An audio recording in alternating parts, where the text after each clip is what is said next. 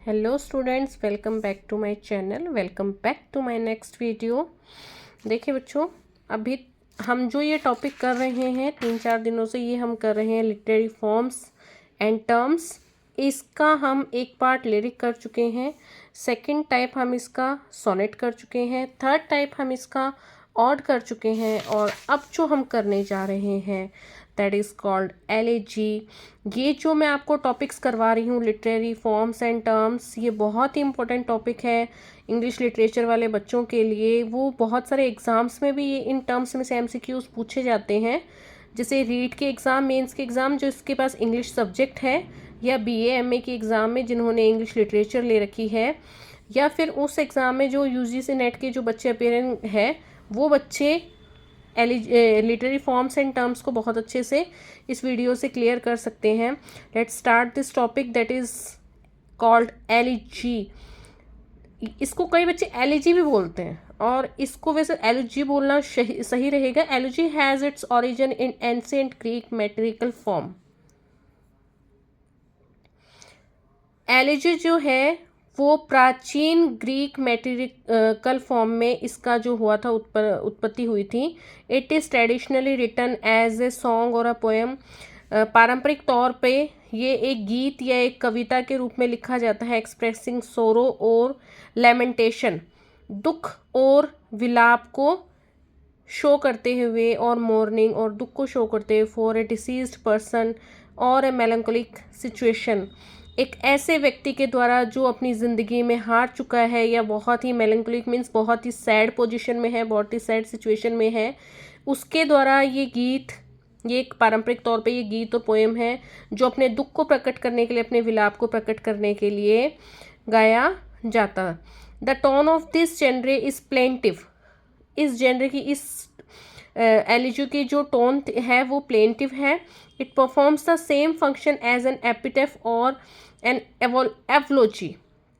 ये वही काम करती है जो एक एपिटेफ और एक एवोलॉजी करते हैं। However it differs from both of these genres. हालांकि ये दोनों के दोनों क्या है, ये इन दोनों से डिफरेंट है।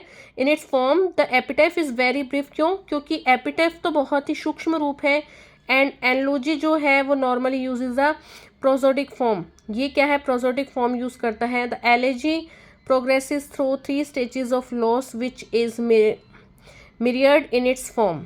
जो एलिजी है वो नुकसान के 3 स्टेजेस से गुजरती है, जो इसके फॉर्म में दिखता है। देयर इज़ ग्रीफ, दुख दिखता है, पश्चाताप दिखता है at the loss in the first stage, अपनी फर्स्ट स्टेज के नुकसान में। The second stage progresses into praise admiration.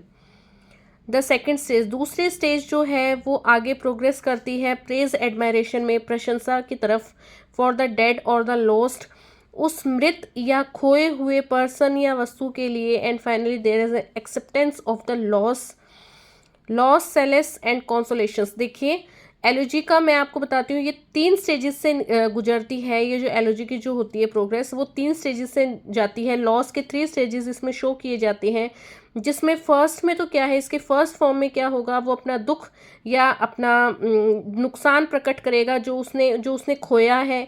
First stage. The second stage क्या है, सेकंड स्टेज पे कहाँ जाएगा, वो प्रशंसा की तरफ जाएगा, जहाँ जो मृत व्यक्ति या जो इंसान उसने खोया है उसकी वो प्रशंसा करेगा। And finally there is an acceptance of the lossless and consolation, और लास्ट के फॉर्म में है वो एक्सेप्ट कर लेगा और विलाप करेगा, पश्चाताप करेगा, और अपने आप को संभालेगा। इस लास्ट फॉर्म में वो अपने आप को संभालेगा कि जो भी उसने खोया वो अब अपने आप को संभालने की कोशिश करता है। ये हमारे सामने एक पोएम है, ओ कैप्टन। ये वॉल्ट विटमैन के द्वारा लिखी हुई है।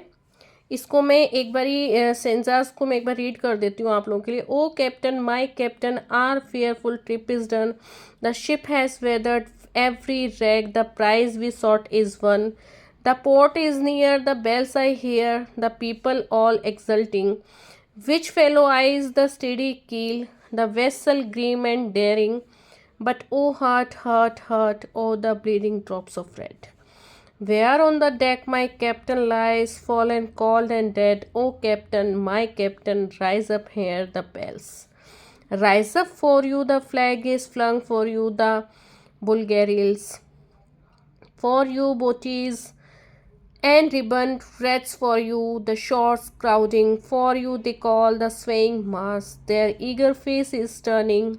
Here, Captain, dear father, this arm beneath your head, it is some dream that on the deck you have fallen cold and dead. My captain does not answer, his lips are pale and still. My father does not feel my arm, he has no pulse nor will. The ship is anchored safe and sound, its voyage closed and done. From fearful trip the victor ship comes in with object won. Exult O shores and ring O bells, but I with mournful tread walk the deck, my captain lies fallen cold and dead. देखिए 3 forms है इस poem के। मैं आपको बता दूं, जो मैंने अभी एलोजी के 3 फॉर्म्स आपको बताए थे कि फर्स्ट में तो वो क्या करता है, कोई भी पोइट जो पोएम लिखता है वो फर्स्ट फॉर्म में क्या करेगा, अपना दुख प्रकट करेगा। सेकंड में क्या करेगा, वो प्रशंसा करेगा, ठीक है, प्रशंसा करेगा उस डेड की, उस लॉस्ट पर्सन की। और थर्ड में क्या है, वो अपने आप को कंसोल करेगा, ठीक है। ये जो पोएम अभी मैंने रीड किया आपके सामने, ये वॉल्ट विटमैन के द्वारा लिखी हुई है। Now we will read the kinds of elegy. There are 2 types of elegy, that is pastoral elegy and personal elegy. First one is pastoral elegy. Pastoral elegy means it is a product of classical literature. ये classical literature से related है, इसका product है। It is written in iambic pentameter. ये iambic pentameter में लिखा जाता है। In it the poet begins with the death of a person. इस पोएम में क्या करता है, कवि शुरू करता है एक व्यक्ति की मृत्यु से। ही ग्रेजुअली प्रोसीड्स, अब धीरे धीरे वह प्रोसीड करता है, वो आगे बढ़ता है। Man's miserable life and general causes of his sufferings, आदमी की दुखी जीवन की तरफ और उसके कष्टों का जो मुख्य कारण रहा है उनकी तरफ। He also describes the memories of the dead person, और वह उस मृत व्यक्ति की यादों को भी वर्णित करता है। एडमंड स्पेंसर कंपोज्ड एस्ट्रोफेल, बहुत ही फेमस पोएम रही है इस कवि की, एडमंड स्पेंसर की, Astrophel on the death of Sir Philip Sidney. Sir Philip Sidney की डेथ पर उन्होंने एस्ट्रोफेल नाम की एक पोएम लिखी थी। मिल्टन रॉट लिसिडास, मिल्टन की भी ये बहुत ही फेमस पोएम रही है लिसिडास, जो उन्होंने अपने खास दोस्त एडवर्ड किंग की डेथ पर लिखा था। Shelley wrote Adonais on the death of John Keats, John Keats की मृत्यु पर पीवी शैली ने ये पोएम लिखी थी, Adonais. Matthew wrote Thyrsis on the death of Arthur Hugh Clough. अब मैथ्यू ने, जो पोइट थे, उन्होंने ये थेसिस नाम की पोएम लिखी थी, उन्होंने लिखी थी आर्थर ह्यूज क्लाउड की मृत्यु पर। अब देखिए सेकंड इसका फॉर्म है पर्सनल एलिजी। पर्सनल एलिजी का मतलब क्या होता है, Thomas Gray wrote an elegy in a new style named elegy. Thomas Gray नाम के जो कवि थे, उन्होंने एक एलोजी लिखी थी एक नए ही स्टाइल में, जिसका नाम उन्होंने दिया था elegy written in a country churchyard. एक ऐसी एलोजी जो कंट्री चर्च यार्ड में लिखी गई है। The poet expresses his sorrow over the fate of poor rustics. इस कविता में जो पोएट है वो अपना दुख व्यक्त कर रहा है उन गरीब रस्टिक्स के लिए जो कंट्री चर्च यार्ड में दफना दिए जाते हैं, उन मृतकों के लिए। This elegy became very famous, यह एलेजी बहुत ही प्रसिद्ध हुई। टेनिसन कंपोज्ड इन मेमोरियम, टेनिसन ने इन मेमोरियम नाम की एक पोएम कंपोज की थी over the death of his friend Arthur Hallam, अपने दोस्त आर्थर हेलम की मृत्यु पर। Matthew Arnold wrote Rugby Chapel on the death of his father. Other elegies are a Southern Night and Westminster Abbey. तो आप लोगों को ये सभी बच्चों को बहुत अच्छे से समझ में आ गया होगा what is elegy and the kinds of elegy. Elegy means sad poem in which poet laments over the death and the lost one. Kinds of elegy, pastoral elegy and personal elegy। चलिए इसी video में एक बहुत छोटा सा topic और बहुत ही important topic भी है इंग्लिश लिटरेचर वाले बच्चों के लिए, जो है ड्रामेटिक मोनोलॉग। मोनोलॉग बोलते हैं इसे, मोनोलीग भी बोलते हैं कई। Mono means one, league means speech, one speech. A dramatic monologue is a poem in one single speech to a silent listener. देखिए, एक ड्रामेटिक मोनोलॉग जो होती है वो एक कविता होती है जो सिर्फ एक सिंगल स्पीच होती है चुपचाप सुन रहे लिसनर के लिए, श्रोता के लिए। द सिंगल पर्सन स्पीक्स, खाली एक ही व्यक्ति बोलता है थ्रू आउट द पोएम, पूरी कविता में, and reveals his motives at some crisis throughout his life, और वह दर्शाता है, सामने प्रकट करता है अपने वो उद्देश्य जो अपनी ज़िंदगी में उसने नुकसान उठाए हैं, जो त्रासदियाँ सही हैं उनके बारे में।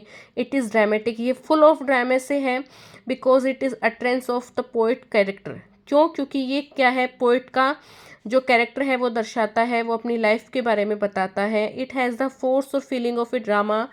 इस ड्रामेटिक मोनोलॉग में क्या होता है, एक ड्रामा का, एक नाटक का क्या है, फोर्स और महसूस किया जा सकता है। In it the character is developed through a conflict between opposite thoughts and emotions. इसमें जो कैरेक्टर है वो अपोजिट थॉट्स और इमोशंस के थ्रू, एक के बीच में एक विरोधी विचार और भावनाएं उठती हैं कवि के मन में, कवि के मस्तिष्क में। उनके बीच में जो द्वंद्व होता है उससे रिलेटेड है ये। ही में स्पीक इन सेल्फ जस्टिफिकेशन और सेल्फ एक्सप्लेनेशन। कई बार वह अपने आप को स्वयं को न्याय करने के लिए या स्वयं की व्याख्या करने के लिए भी बोलता है। In the words of Saintsbury के शब्दों में, the poet takes a character, कवि ही क्या करता है, कैरेक्टर लेता है। An anecdote, sometimes little more than a name, कई बार वह एक नाम भी ले लेता है। Instead of focusing it from outside, बाहर की तरफ से फोकस करने की बजाय, and making it speak in simple dramatic fashion. ठीक है। Characteristics of dramatic monologue are, a single person speaks at a critical moment, एक व्यक्ति एक क्रिटिकल मोमेंट पे बोलता है। Dramatic monologue is similar to a telephone conversation, एक phone पे जब टेलीफोन पे हम बात करते हैं ना, सेम टू सेम वैसा ही कुछ ड्रामेटिक मोनोलॉग से रिलेट करता है। The main focus is on the nature, इसका जो मुख्य ध्यान है वो प्रकृति पर है और स्पीकर के कैरेक्टर पर है। ठीक है। It is personal, psychological, analytical and argumentative, ये वैयक्तिक है। ठीक है। साइकोलॉजिकल है, मनोवैज्ञानिक है जिसे आप बोलते हैं, और एनालिटिकल है, आर्ग्यूमेंटेटिव है, इसमें थोड़ी बहस भी है। Robert Browning is the greatest writer of dramatic monologues. Robert Browning dramatic monologues के एक महान लेखक थे। Evelyn Hope, Porphyria's lover, the last ride together, my last duchess, बहुत फेमस पोएम है, बहुत फेमस पोएम है my last duchess. English literature वाले बच्चे ध्यान से सुन ले। Prospice etcetera other writers are John Donne and Tennyson's Ulysses, most important poem. ठीक है। ये कुछ हमने अभी पढ़ा इस वीडियो में एलओजी के बारे में और ड्रामेटिक मोनोलॉग के बारे में। बहुत ही इम्पोर्टेंट है ये जो अब तक हम करते आए हैं, lyric, sonnet, ode, elegy, dramatic monologue. अधिकतर जो लिटरेचर के बच्चे हैं वो इन्हीं फॉर्म्स की पोएम को पढ़ते हैं, इन्हीं के इन्वेंटर्स हैं, इन्हीं के पोइट्स हैं जिनकी पोएम्स हम अभी तक अपने लिटरेचर में पढ़ते आ रहे हैं।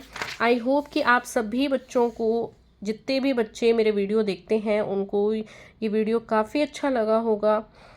तो इसे ज़्यादा से ज़्यादा शेयर, लाइक और सब्सक्राइब करें और इस चैनल को सपोर्ट करें। That's all, thank you.